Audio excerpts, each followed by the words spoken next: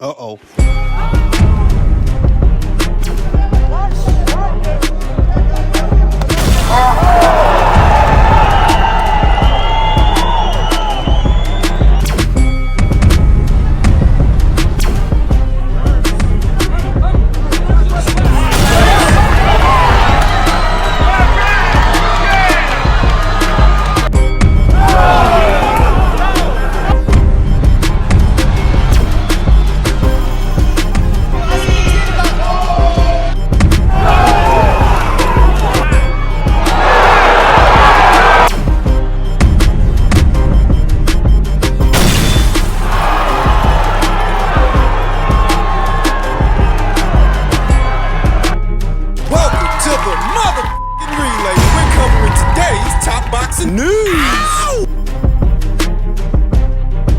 Okay, we'll start with this, a story I've been meaning to get around to. Aussie boxing princess highway robbery claim.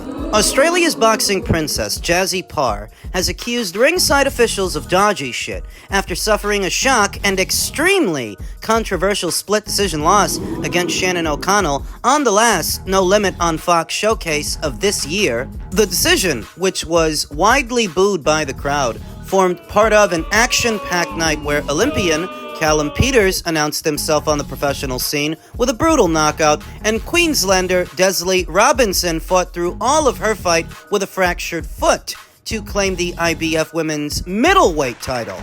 But undeniably, the story of the undercard was Parr. Coming into the bout on an undefeated tier stretching 6 straight fights, the daughter of Australian fight legend John Wayne Parr was left seething after the judges gave the fight to O'Connell 80-72, 75-77, and 78-74. Asked by Fox Sports Australia immediately afterwards for her thoughts, Parr responded, "Man, look at her face and look at my face. She was running the whole fight. I will rematch her right now. I'll do 10 more rounds. I don't care. She was gassed from the second round."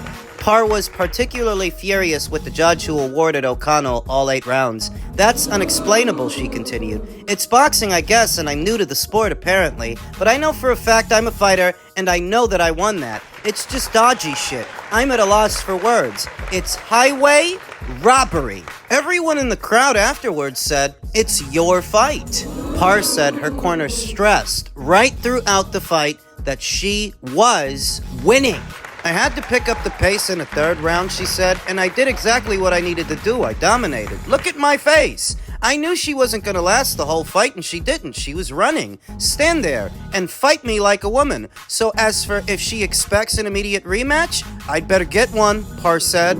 She's 41 years old. Who knows how long she has left? I don't give a not having a perfect record because I fought a chick that's had over triple my fight experience. Like, you can look at people like that's. If I was a person that didn't know boxing, I look at people who people fight. When people fight challenges and they fight people that have had triple, double their experience, whatever, like that's a real fight, and I took it. I actually had absolutely nothing to lose for that, except I'm devastated because I should have won. If I won, then I whatever. Just give me my. Let's go. I'm going to Bali next week. The decision was labeled a disgrace by a local Aussie newspaper, and Aussie boxing legend Jeff Fennick slammed the ludicrous result. Why did this happen? Well, Shannon O'Connell has been in the sport of boxing a lot longer than young Jazzy Parr.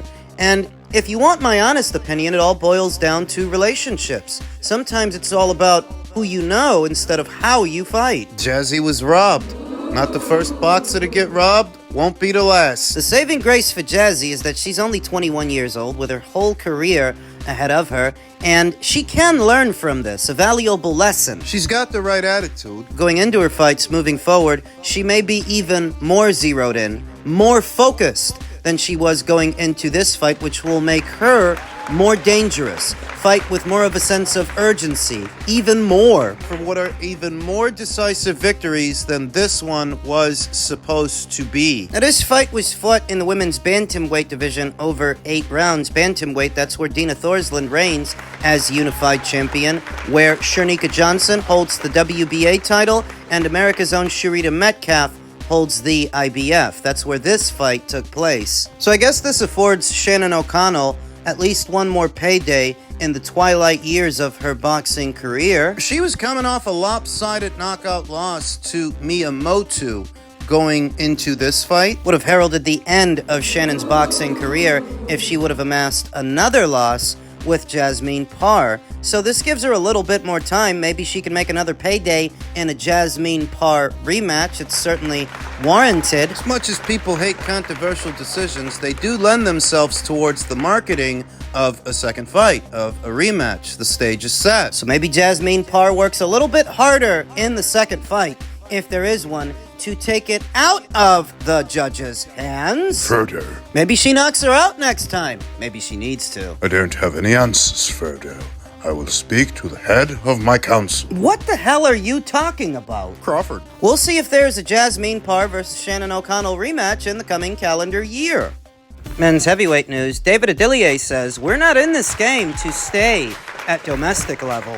He spots a few fans near his ringside seat asking for a picture and duly obliges. You can afford to smile and soak up the adulation at least a little after such an emphatic return to prominence. David Adeleye, 13-1 with 12 KOs, ended a 14-month layoff against now former English champion Solomon Dakers 2 weeks ago. Adeleye scrambled Dakers' senses with a left hook barely a minute into their scheduled 10-rounder and has already insisted he'll vacate the domestic title, instead focusing on loftier aspirations elsewhere. Half-jokingly when asked about a return timeline, he told TalkSport afterwards of a willingness to step in on short notice for either of the heavyweight bouts on this weekend's card, considering the BBBOC have ordered him to defend the newly won title against Moses Itauma, while Johnny Fisher again this week shared a readiness to test himself against the friendly face. The Adam Booth-trained Adeleye can enjoy his Christmas knowing plans involve his name once more.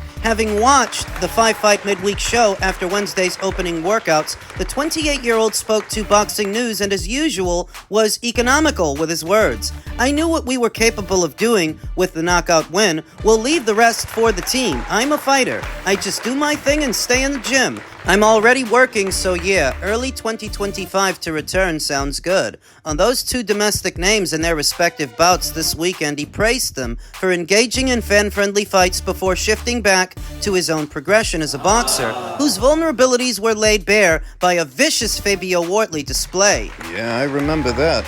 I remember him crashing Fabio Wortley's interview, I remember him asking for the smoke, and I remember him getting it. But he has since rebounded off that knockout loss.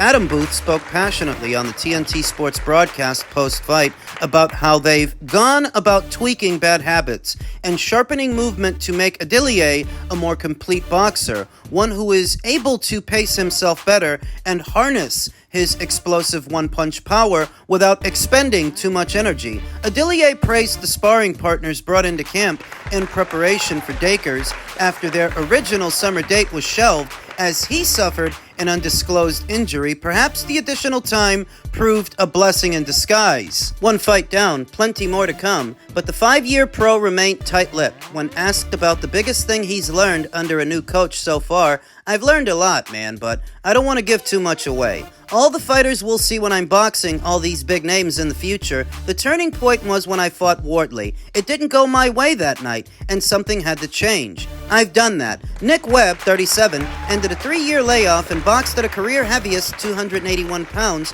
en route to stopping 5-0 Courtney Bennett for the vacant Southern Area title, one previously held by Johnny Fisher this time last year.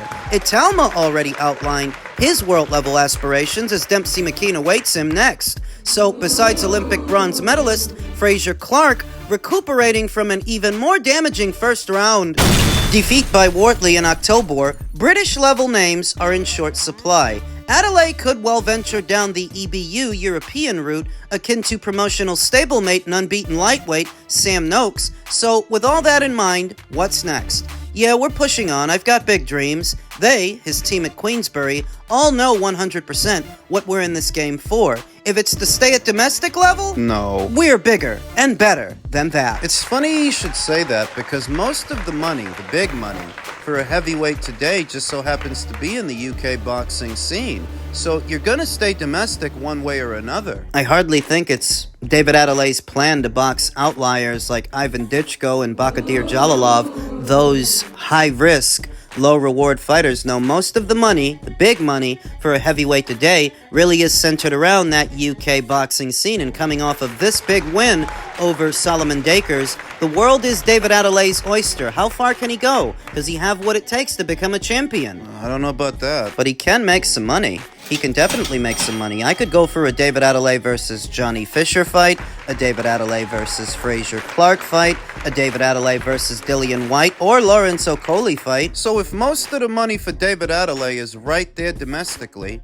in the UK, what does he mean he doesn't want to stay domestic? Oh, well, that's just a fanciful way for him to say he's not fighting Moses Itauma in defense of the regional title that he currently holds. That's just a fanciful way of saying he doesn't want to do that, and he's not going to do that. He's going to go another route. Currently, Moses Itauma would be a high-risk, low-reward opponent for David Adeleye, at least at this time, and most people would probably go with Moses to knock him out, how Fabio knocked him out. Moses, who's going to be fighting Australia's own Dempsey McKean this weekend, and we'll see how he makes out. But that's all that is. That's what David is doing. He's just looking for a way out of that fight because he knows he's under orders to have it. And he's not going to risk it all to hang on to a regional title, a domestic title. That's what that is. He wants bigger names and bigger paydays than a Moses Itauma. Down the line, I could go for a David Adeleye versus Dillian White fight, David Adeleye versus Joe Joyce. You know, this guy's young. He's got his whole career ahead of him. He's only been a pro for 5 years. Could we liken his fight and his defeat to Fabio Wortley to Dillian White's defeat to Anthony Joshua years ago when they were both unbeaten fighters? We can. No, yeah, there's a slight parallel there. Slight. And does that make David Adeleye this era's Dillian White? This era's Can Man, this era's Bad Boy? One way or another, we'll find out how bad he is, or how bad he ain't. Elsewhere in the heavyweight division, ahead of this weekend's mega rematch, Tyson Fury doesn't throw a punch at open workouts as his trainer hints at absentee in corner. Tyson Fury didn't throw a punch at yesterday's open workouts in Riyadh ahead of Saturday's rematch with world heavyweight champion Alexander Usyk. Instead, he repeatedly mouthed the words pain and damage, then disappeared. But attempting to read too much into Fury, or indeed these promotional workouts, is largely pointless. Usyk then appeared on a boat with the theme from the Titanic soundtrack as his entrance, his heart, will go on.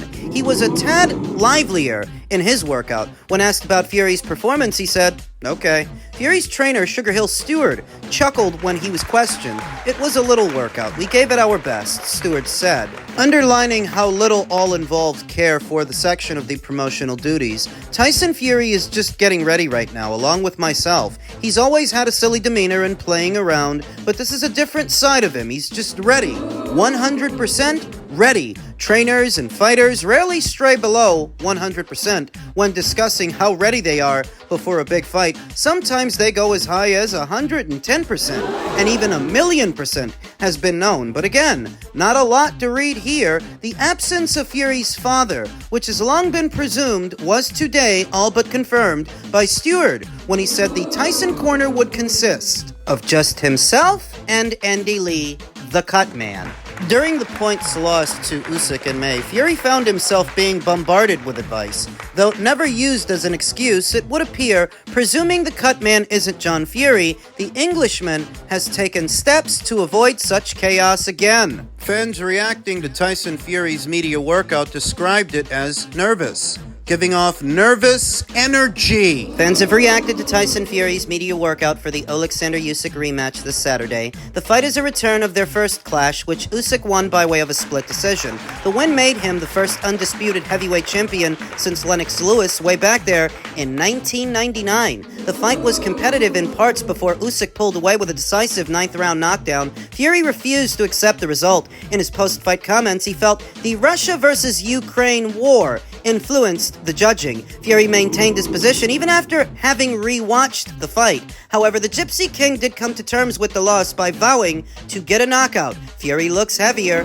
than the first fight, meaning he may try to impose his size on Usyk. Usyk knows he has the chance to remove any small doubts over the first result with a win. The fight is not for undisputed after he vacated the IBF title following the Fury win, but Usyk is not short of motivation, as he aspires to continue boxing after the Fury fight. But if Fury gets a win, the trilogy is likely next. Usyk did some shadow boxing in front of his fans, but Fury simply got in the ring, took his gloves off before saying a few words. His actions may have been a sign of nerves, or that he is very focused. Fury's trainer, Sugar Hill Stewart, was confident. Seemingly. It's only talk. We will see. Whatever happens is God's will. I don't feel too heavy. I don't feel too light. I feel perfect. My team and I have a few secrets for Saturday. This is a big opportunity for me, for my country, and for those young people that look up to me and Tyson. This is history. I want people 15 years later to remember when I fought and beat Tyson Fury twice in Riyadh. Usyk said, "I'm the only show in town. It's the biggest event of my life." So in that regard, it's pretty much the same. From one of the biggest events to the next big event.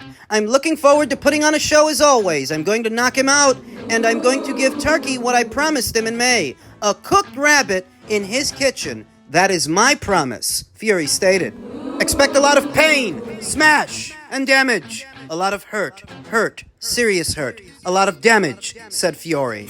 Tyson Fury can say what he wants. It's his actions that tell the real story. So you're not going to have Big John in your corner after assuring everyone that you wouldn't change anything about the corner, anything about the way you fought. You see, this guy talks so much, you might forget bits and pieces of what he says because he talks so much. It's hard to keep up with. But he assured on several occasions that he wasn't going to change anything about the corner and he wasn't going to change anything about how he fought. Yet here he is. Big John's not going to be there. He looks heavier. Looks like he's making some changes to me. At the risk of sounding over-analytical, Tyson Fury may want the win.